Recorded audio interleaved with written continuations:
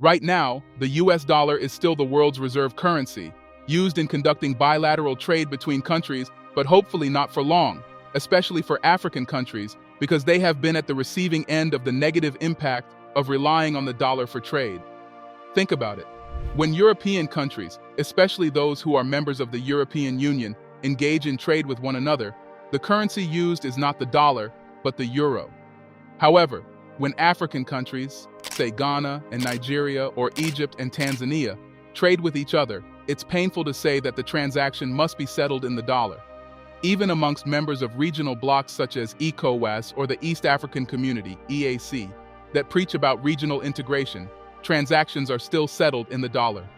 Aside from this, when African countries want to borrow from international organizations or other countries, the loan is usually in the dollar and not the local currency. And when the loan is to be paid back with interest, it's also in the dollar. The use of the dollar by African countries for trade has severely affected their ability to cope with internal challenges because they do not have control over their own monetary policy. According to Ronnie Nkwati, professor and director of the School of Economics, Development Studies, and Tourism at the South African Nelson Mandela University, reliance on the US dollar brings about the external dependency on the stability and policies of the US financial system.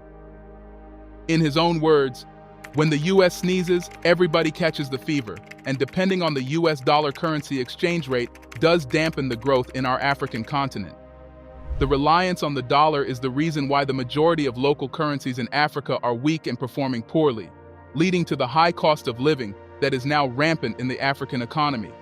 It also makes the African market dominated by commodity products, vulnerable to global economic shocks, leading to inefficient trade.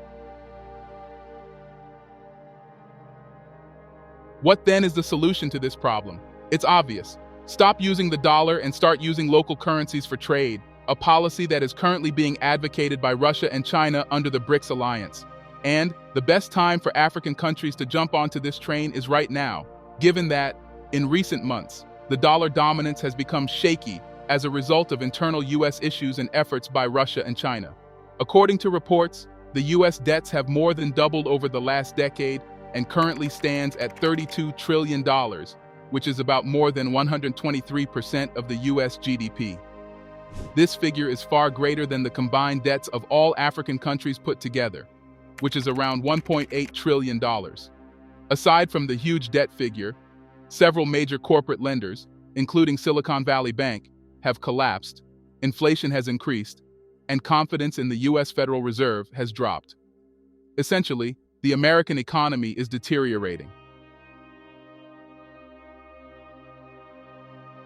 In addition to this, calls for the reduction of reliance on the dollar have intensified in recent times, and actions have been taken, with China and Russia at the lead. This is a result of the fact that countries around the world realized that for a long time, the United States has been using the dollar as a tool and weapon to compel other sovereign countries to comply with its demands and interests. Any sovereign country that stands in its way is usually subject to economic sanctions, effective because the dollar is the world's reserve. Many countries, including China, Russia, and African countries such as Uganda, Zimbabwe, Mali, and Burkina Faso, among others, have found themselves subject to US sanctions at one point in time or the other. The most recent of these sanctions imposed on a country by the US was in 2022 after the Russia-Ukraine war began, and the US responded by imposing sanctions on Russia, freezing its dollar reserves, restricting key imports, and locking the country out of the SWIFT international banking system. These sanctions were effective because the majority of the countries in the world, including Russia, store the majority of their assets in the dollar as a result of the petrodollar system, which mandates all countries to purchase oil in the dollar. However, instead of isolating Russia, the 2022 sanctions succeeded in pushing countries around the world to join the de-dollarization efforts that had already been underway. In 2023, it was reported that 20% of oil trade was conducted without the use of the dollar. To further bolster the depolarization efforts, the BRICS alliance is currently creating a new currency, which would not only reduce the world's dependence on the dollar, but also finish the US ability to use the dollar as a weapon and tool of foreign policy. According to Russia, this currency is almost ready for launch, and if all the BRICS members support the idea, it's possible that it will be launched during the 16th BRICS summit. In February, Russia announced that it had created a new payment system, an alternative to the SWIFT international banking system. According to the governor of Russia's central bank, 20 countries have adopted the Russian payment system, with more than 159 foreign participants. In addition to all these, Russia and China have been pushing for countries, especially in the global south, to use their local currencies to conduct bilateral trade.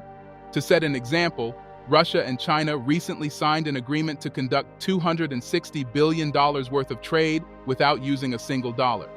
According to the agreement, the payment will be settled using the Chinese yuan and the Russian ruble. Specifically, 95% of the trade will be settled in the Chinese yuan, while the remaining 5% will be settled in the Russian ruble. All these efforts have shaken the dominance of the dollar system, so much so that even the government and the elites of the United States have voiced their concern.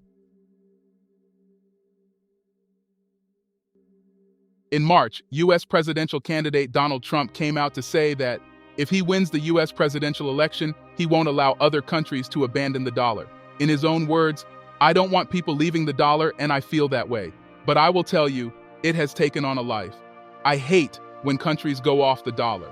I would not allow countries to go off the dollar, because when we lose that standard, that will be like losing a revolutionary war.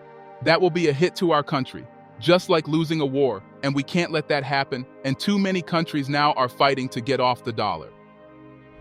In April, the U.S. Treasury Secretary Janet Yellen, as well as the U.S. Secretary of State Anthony Blinken, traveled to China to warn China about supporting Russia.